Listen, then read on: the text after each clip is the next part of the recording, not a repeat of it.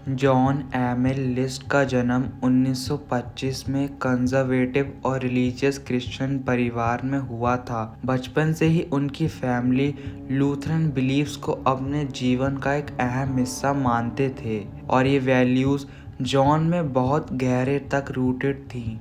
वो एक साइलेंट और इंट्रोवर्ट नेचर के इंसान थे जो ज़्यादा बोलने से बचते थे और अपने इमोशंस को अपने अंदर ही समेट के रखते थे। अपने परिवार के प्रति उनकी डीप सेंस ऑफ ड्यूटी और रिस्पॉन्सिबिलिटी थी और उनका मानना था कि हर मुश्किल का हल सिर्फ और सिर्फ भगवान और उनकी रिलीजियस टीचिंग से ही मिल सकता है। जॉन का रिलीजियस डिवोशन इतना स्ट्रॉन्ग था कि वो लाइफ के हर डिसीजन को उसी लेंस से देखा करते थे।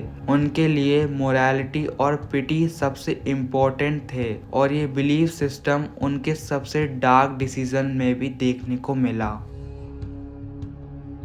जॉन लिस्ट अपने करियर में काफ़ी समय तक एक सक्सेसफुल अकाउंटेंट थे और उनका करियर काफ़ी स्टडी और रिस्पेक्टेड था। लेकिन 1960s के एंड तक उनके करियर में डार्क क्लाउड्स मंडराने लगे। जब उनकी जॉब चली गई तो ये सिर्फ उनके करियर का एंड ही नहीं था, बल्कि उनके पूरे जीवन की स्टेबिलिटी पे एक बड़ा असर पड़ गया। लेकिन उनके नेचर की वजह से वो अपनी फैमिली के सामने अपने फेलियर को एक्सेप्ट नहीं कर पाए। वो हर सुबह अपना सूट और टाई पहन के अपना ब्रीफकेस लेकर घर से निकलते ज़रूर जैसे वो ऑफिस जा रहे हों, लेकिन असल में वो एक अनएम्प्लॉयड थे। फाइनेंशियल स्ट्रेस और फैमिली के आगे अपनी इमेज को मेंटेन करने का प्रेशर उनको धीरे धीरे अंदर से खा रहा था। उनके मन में गिल्ट और फ्रस्ट्रेशन की घुटन बढ़ती गई और वो अपने आप को उस पोजीशन में फंसा हुआ महसूस करते थे जहां उनको कोई निकलने का रास्ता नहीं दिखाई देता था। जॉन के लिए उनका परिवार उनके जीवन का एक बहुत बड़ा हिस्सा था और वो उन्हें फाइनेंशियली और मोरली सिक्योर रखने में वो अपनी पूरी लाइफ का पर्पस देखते थे। उनकी वाइफ हेलेन, जो पहले एक वाइब्रेंट और स्ट्रॉन्ग वुमेन थी, लेकिन अब वो अपनी हेल्थ और मेंटल स्टेबिलिटी के साथ स्ट्रगल फेस कर रही थी। वो अपनी पास्ट मैरिज से अपने साथ और भी इश्यूज लेकर आई थी और हेल्थ के साथ अपनी डिपेंडेंसी और डिप्रेशन को भी लेकर आई थी। ये सारी चीज़ें जॉन के लिए और ज़्यादा इमोशनल बर्डन क्रिएट कर रही थी, लेकिन उनका नेचर उन्हें किसी से भी अपने मन की बात शेयर करने नहीं देता था। उनके 3 बच्चे थे, पैट्रिशिया, फ्रेडरिक और जॉन जूनियर। पैट्रिशिया आर्टिस्टिक और एक्सप्रेसिव थी और डांस और एक्टिंग की फील्ड में इंटरेस्ट रखती थी, जो उनके फादर के स्ट्रिक्ट बिलीफ से बहुत दूर था। फ्रेडरिक और जॉन जूनियर अपने फादर से ज़्यादा क्लोज और ओबीडेंट थे, लेकिन उन पे भी उनके फादर का प्रेशर और एक्सपेक्टेशन का असर था। उनकी माँ अल्मा भी उनके साथ रहती थी, लेकिन उनकी प्रेजेंस भी एक हैवी फाइनेंशियल और इमोशनल वेट थी। मेंशन के 19 रूम्स विक्टोरियन सेटअप ग्रैंड और लग्जूरियस था, लेकिन अंदर ही अंदर ये घर एक डार्क और सफोकेटिंग एटमॉस्फेयर का एग्जाम्पल बन चुका था, जहां सब मेंबर्स अपने अपने इश्यूज और लोनलीनेस के साथ स्ट्रगल कर रहे थे।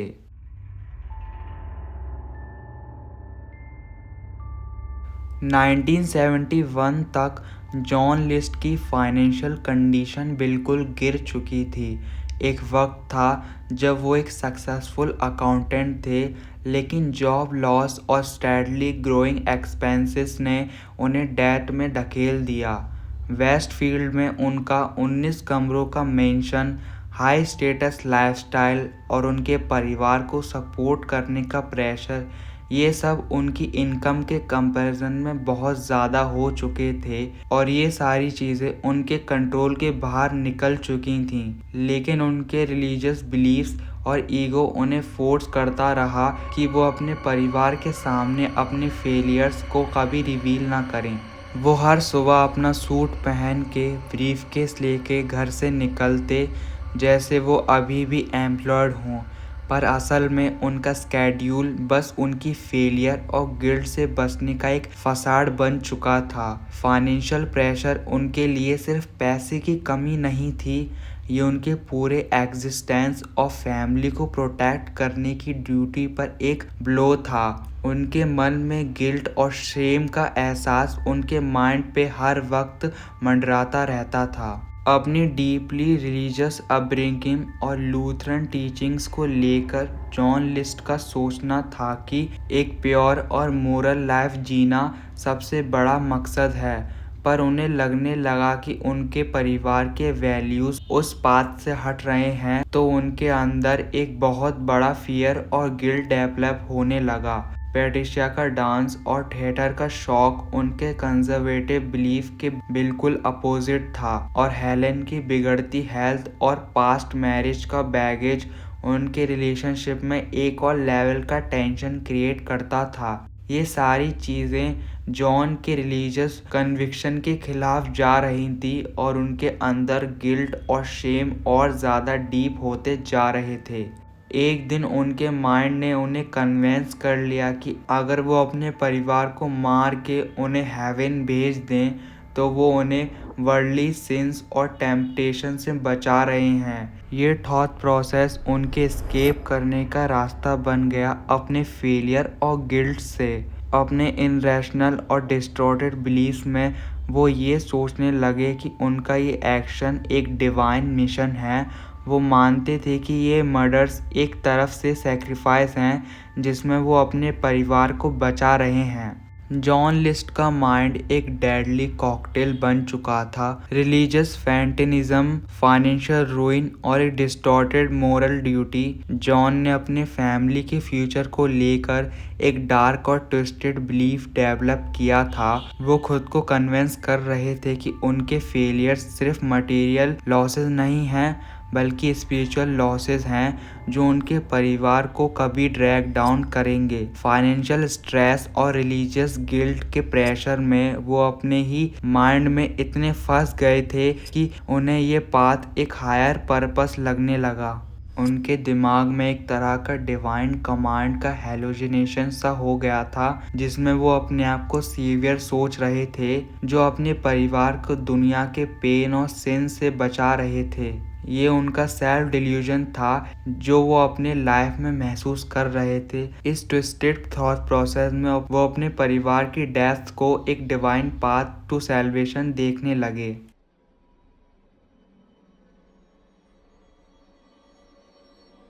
जॉन लिस्ट ने इस मर्डर के प्लान को बहुत सिस्टमेटिकली एग्जीक्यूट किया। पहले उन्होंने इंश्योर किया कि घर के आसपास कोई चीज़ अनयूजुअल ना लगे। उन्होंने अपने बच्चों के स्कूल को लेटर्स भेजे ताकि उनकी एब्सेंस पे कोई क्वेश्चन ना करे।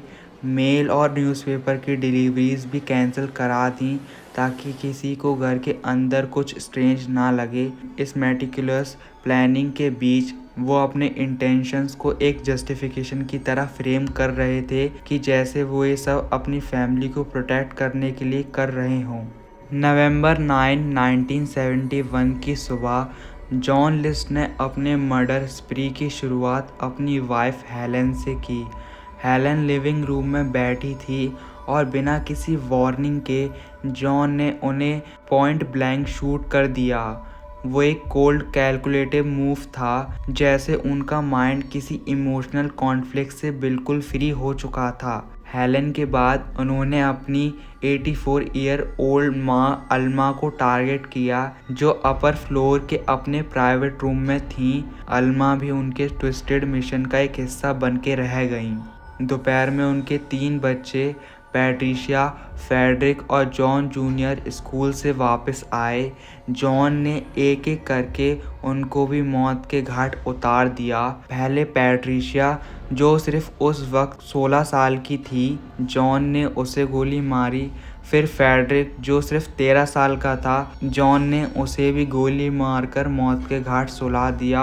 पर सबसे पेनफुल मोमेंट तब आया जब उनके छोटे बेटे जॉन जूनियर ने अपनी जान के लिए फाइट बैक करने की कोशिश की, लेकिन रिपोर्ट्स के मुताबिक जॉन जूनियर ने अपने फादर के अगेंस्ट स्ट्रगल किया, लेकिन एंड में उनके फादर ने हिम्मत न हार कर उन्हें भी मार दिया। ये एक डिस्टर्ब और ट्रेजिक सीन था जो उस इंसानी ट्रेजेडी का सबसे डार्क एलिमेंट था। मर्डर्स के बाद जॉन लिस्ट ने अपनी वाइफ और बच्चों की बॉडीज को मैंशन के ग्रैंड बेडरूम में केयरफुली अरेंज किया।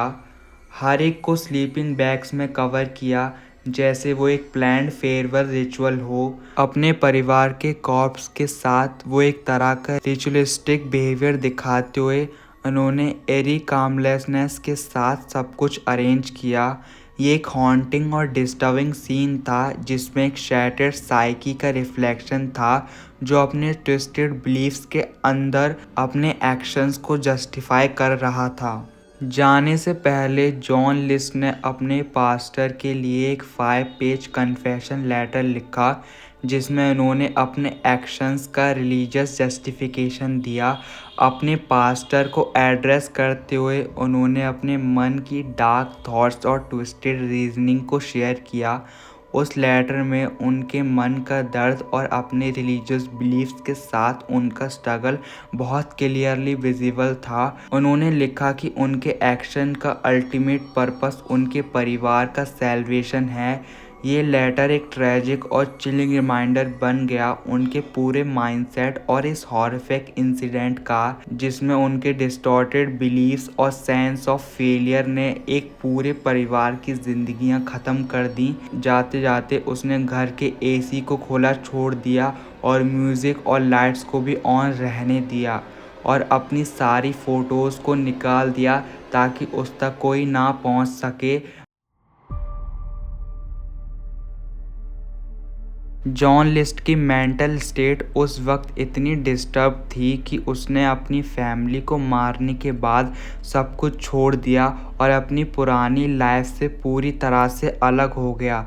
जब उन्होंने अपनी फैमिली को मार दिया, उन्होंने अपने डिसअपीयरेंस को इतनी केयरफुली प्लान किया था कि कोई भी उनको ट्रेस ना कर सके। उसने अपने घर के आसपास सब कुछ नॉर्मल दिखाने की कोशिश की, स्कूल को कॉल किया ताकि उसके चिल्ड्रंस के एब्सेंस को एक्सप्लेन किया जा सके और मेल और न्यूज़पेपर की डिलीवरी भी स्टॉप करा दी। हर एक कदम में वो पुलिस को गलत डायरेक्शन में भेजने का प्लान बना रहे थे।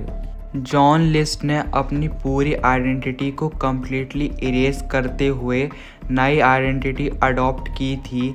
डेनवर कोलोराडो में एक न्यू लाइफ शुरू की। वहाँ उसने अपने नाम को बदलकर रॉबर्ट पीटर क्लर्क रखा। उसके लिए ये एक नया स्टार्ट था जहाँ वो अपने पास्ट को भूलकर एक नॉर्मल लाइफ जीने की कोशिश कर रहा था। उसने अपनी पुरानी फैमिली को अपने लिए एक बर्डन समझा और उनसे दूर भागने की कोशिश की। ये पूरा समय लिस्ट के लिए एक ट्रांसफॉर्मेशन का था। जो इंसान एक बार अपनी फैमिली को मार चुका था, वो अपनी नई लाइफ में एक पीसफुल एग्जिस्टेंस दिखाई देने की कोशिश कर रहा था। डेनवर में वो एक अकाउंटेंट की जॉब करता था। वो अपने कलीग्स के साथ नॉर्मल लाइफ जीता था। हर दिन का रूटीन वही था, वर्क, ईट, स्लीप, लेकिन अंदर ही अंदर वो एक बोझ को लेके चल रहा था।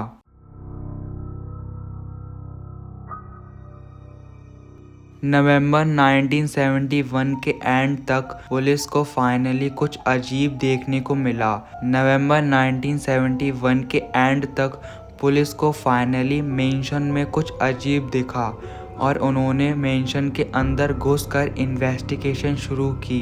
लोगों ने नोटिस किया था कि हाउस से मेल और न्यूज़पेपर नहीं आ रहे हैं और कोई भी आसपास नहीं दिखाई दे रहा था।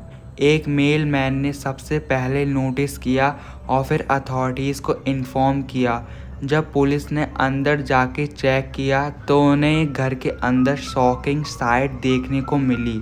लिस्ट की वाइफ, चिल्ड्रन और उनकी मां की बॉडी देखने को मिली। हर बॉडी को केयरफुली अरेंज किया गया था और एक बिजार सेंस ऑफ काम था, जैसे लिस्ट ने सब कुछ अपने कंट्रोल में रखा हो।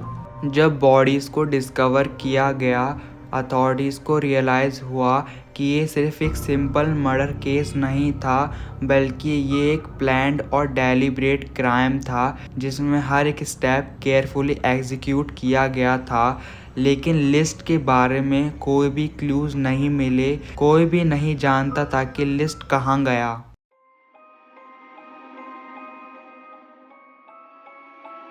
लिस्ट का प्लान इतना परफेक्ट था कि वो कम्प्लीटली न्यू आइडेंटिटी में घुस गया। उसने अपनी पुरानी लाइफ को कम्प्लीटली छुपाने का फैसला किया। 1980s के आसपास वो रिचमॉन्ड वर्जीनिया शिफ्ट हो गया और वहाँ अपना नया होम और लाइफ स्टैब्लिश की। लिस्ट अपनी पुरानी फैमिली को बिल्कुल भूल चुका था और उसने अपनी नई लाइफ में शादी भी कर ली थी। वो एक नॉर्मल मिडिल क्लास इंसान बन गया था जो अपने बच्चों के साथ हॉलीडेज एंजॉय करता था, नेबर्स के साथ डिनर्स में शामिल होता था और वो किसी को भी अपने पास्ट के बारे में कुछ नहीं बताता था। उसके दिमाग में पुरानी फैमिली के मर्डर्स की बातें एक डार्क सीक्रेट के रूप में छुपी रही थीं। वो चाहता था कि दुनिया को लगे कि उसने अपनी ज़िंदगी को बिल्कुल बदल दिया है, लेकिन अंदर से वो अपने गिल्ट और क्राइम के साथ जी रहा था। लिस्ट ने अपनी नई फैमिली को अपनी पुरानी फैमिली के मर्डर्स के बारे में कभी भी कुछ नहीं बताया और ना ही उनका कभी जिक्र किया। ये नई लाइफ एक एस्केप थी, लेकिन वो कभी भी अपनी पास्ट लाइफ से नहीं भाग सकता था। उसने जो क्राइम किया था उसका वजन हमेशा उसके साथ रहा। जॉन लिस्ट का सीक्रेट ज़्यादा दिन तक छुपने वाला नहीं था। उसकी पुरानी लाइफ के डार्क सीक्रेट्स एक ना एक दिन सामने आने वाले थे, लेकिन इस सीक्रेट को सामने आने में भी 18 सालों का समय लगा। 18 साल तक वो अपने पास्ट को छुपाने में कामयाब रहा, लेकिन एक दिन उसका सीक्रेट दुनिया के सामने आ ही गया और जो उसने जुर्म किया था अब वो उसको फेस करने के लिए तैयार हो गया था। 1989 में एक पिवटल मोमेंट आया जब जॉन लिस्ट की केस को अमेरिकाज मोस्ट वांटेड शो पर फीचर किया गया। ये एक टर्निंग पॉइंट था जहां से लिस्ट का सीक्रेट अब बहुत जल्दी सामने आने वाला था। फॉरेंसिक आर्टिस्ट ने लिस्ट की एज प्रोसेस्ड बस्ट बनाई थी जो उसके बदले हुए चेहरे को एक्यूरेटली डिपिक्ट करती थी। इस बस्ट को शो में फीचर किया गया और ये इमेज एक फॉर्मर नेबर के दिमाग में शंका जगाती है। उसने ये इमेज को देखकर तुरंत पुलिस को टिप दी और बस इसी टिप की वजह से जॉन लिस्ट की आइडेंटिटी रिवील हो पाई। ये रिवीलेशन लिस्ट के लिए एक नाइटमेयर बन गया जो अपने पुराने क्राइम को छुपाने में सक्सेसफुल था, लेकिन इस केस का ब्रेक थ्रू हो गया था। नेबर्स ने जॉन को पहचान लिया और पुलिस ने तुरंत एक्शन लिया। लिस्ट को फाइनली रिचमॉन्ड वर्जीनिया में अरेस्ट किया गया, जहां वो अपनी न्यू आइडेंटिटी के साथ एक नॉर्मल लाइफ जी रहा था और वो अरेस्ट हो गया।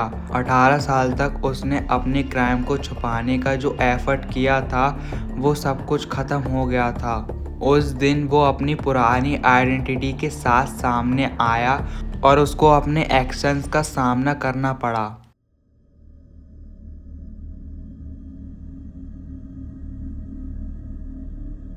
1990s में लिस्ट का ट्रायल शुरू होता है और सभी लोग एक्सपेक्ट कर रहे थे कि वो अपने क्राइम को सामने रखेगा।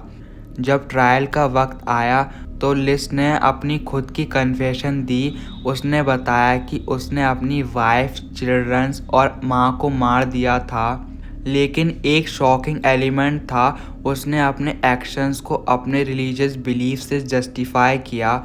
उसका कहना था कि वो अपनी फैमिली को बचाना चाहता था क्योंकि उन्होंने अपनी लाइफ में मोरल वैल्यूज़ को छोड़ दिया था और वो उन्हें सिन से दूर कर रहा था। लिस्ट का ये आर्गुमेंट कोर्ट में ज़्यादा इफ़ेक्टिव नहीं रहा। उसने अपनी फाइनेंशियल स्ट्रेस और पर्सनल इश्यूज़ को भी रीज़न दिया, लेकिन ज्यूरी ने ये सब समझने के बाद भी उसे गिल्टी पाया। लिस्ट को 5 लाइफ सेंटेंस दिए गए, जिसमें वो कभी भी बाहर नहीं आ सकता था।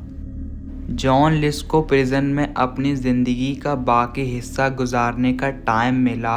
वो अपनी गिल्टी एक्शंस के साथ जीता रहा, लेकिन उसने कभी अपने क्राइम के लिए बिल्कुल ओपनली रिग्रेट नहीं दिखाया। 2008 में लिस्ट की डेथ हो गई जब वो 82 साल का था। उसकी लाइफ एक ऐसे मैन की एग्जाम्पल बन के रह गई जिसने अपनी फैमिली की जान लेकर अपने मोरल वैल्यूज़ को जस्टिफाई करने की कोशिश की। जॉन लिस्ट की लाइफ एक शॉकिंग रिमाइंडर है कि कितनी भी प्लानिंग हो, कोई भी सीक्रेट लॉन्ग टाइम तक नहीं छुप सकता। वो अपने क्राइम के लिए कभी भी फुल्ली अकाउंटेबल नहीं था, लेकिन उसके एक्शंस ने पूरी दुनिया को डार्क रियलिटी के बारे में दिखाया। जब तक वो अलाइव था, उसने अपने एक्शंस को अपनी फेथ के थ्रू जस्टिफाई करने की कोशिश की, लेकिन आखिरकार उसका पास्ट उससे कभी नहीं छुपा। जॉन लिस्ट के केस को साइकोलॉजिस्ट और क्रिमिनल एक्सपर्ट्स ने एक्सटेंसिवली स्टडी किया है, खासकर उसके साइकोलॉजिकल स्टेट को समझने के लिए। लिस्ट कहता था कि उसने अपनी फैमिली को मारकर उन्हें सेव किया था, लेकिन उसका ये बिलीफ सिस्टम एक डेंजरस कॉम्बिनेशन था। उसका स्ट्रॉन्ग रिलीजियस फेथ और उसकी बढ़ती हुई फाइनेंशियल स्ट्रेस का। साइकोलॉजिस्ट कहते हैं कि रिलीजियस जस्टिफिकेशन ने अपने एक्शंस को मोरल और स्पिरिचुअलिटी राइट बनाने का इल्यूजन दिया।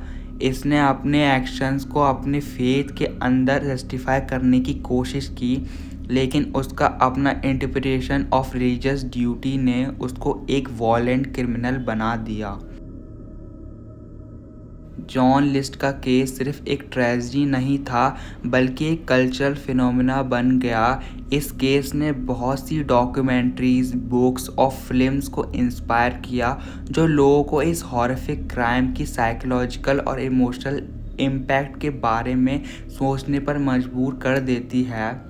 लिस्ट की स्टोरी अब तक लोगों को ऐसे क्वेश्चन पूछने पर कंपेल करती है कि किस तरह एक इंसान अपनी फैमिली को मार सकता है और किस मेंटल स्टेट में वो अपने एक्शंस को जस्टिफाई कर सकता है। जॉन लिस्ट का केस हमारे लिए एक रिमाइंडर है कि इंसान के अंदर का स्ट्रेस और मेंटल स्टेबिलिटी किस तरह डेंजरस हो सकती है। उसका केस एक डीप साइकोलॉजिकल पजल है जो अब तक सोसाइटी को डिस्कम्फर्ट, क्यूरियोसिटी और रिफ्लेक्शन दे रहा है। ये केस ना सिर्फ एक घटिया क्राइम का एग्जाम्पल है, बल्कि एक ऐसी मानसिक दौरान का भी निर्माण है जहां एक इंसान अपने बिलीव्स और प्रेशर के चक्कर में अपनी फैमिली की जान ले सकता है। तो दोस्तों, इस पूरी कहानी को सुनने के बाद आपको क्या लगता है इस बारे में? क्या सच में जॉन लिस्ट की मेंटल स्टेट इतनी ख़राब थी या फिर कुछ और रीज़न था? और यही थी जॉन लिस्ट की पूरी कहानी। अगर आपको ये वीडियो पसंद आई हो तो आप इस वीडियो को लाइक भी कर सकते हो और सब्सक्राइब भी कर सकते हो और ऐसी मिस्ट्रीफुल वीडियोस के लिए। तब तक मैं मिलता हूँ किसी और वीडियो में, और इस वीडियो को देखने के लिए आपका धन्यवाद।